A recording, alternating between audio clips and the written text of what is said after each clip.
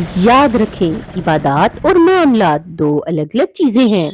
ऐसा न हो कि आखिरत में इबादात तो पूरी निकले लेकिन मामलात इंतहाई खराब हों।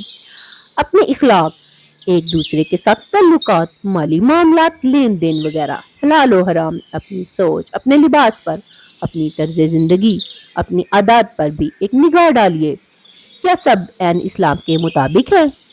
याद रखें, गुनाहों की माफी में हकूकुल इबाद शामिल नहीं है।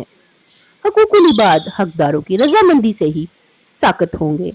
क़यामत के दिन हकदारों की बुराइयां लेकर अपनी नेकियां इन्हें देकर ही तलाफी मुमकिन है। क्या आप ये पसंद करेंगे कि जो नेकियां आपने इतनी मोहब्बत से कमाई हैं वो आप किसी दूसरे को दे दे, जबकि आखिरत में एक एक नेकी कितनी अहम होगी। लिहाजा दुनिया में ही इबादत के साथ साथ अपने मामलात पर भी गौर करें, दिल को पाक साफ करें।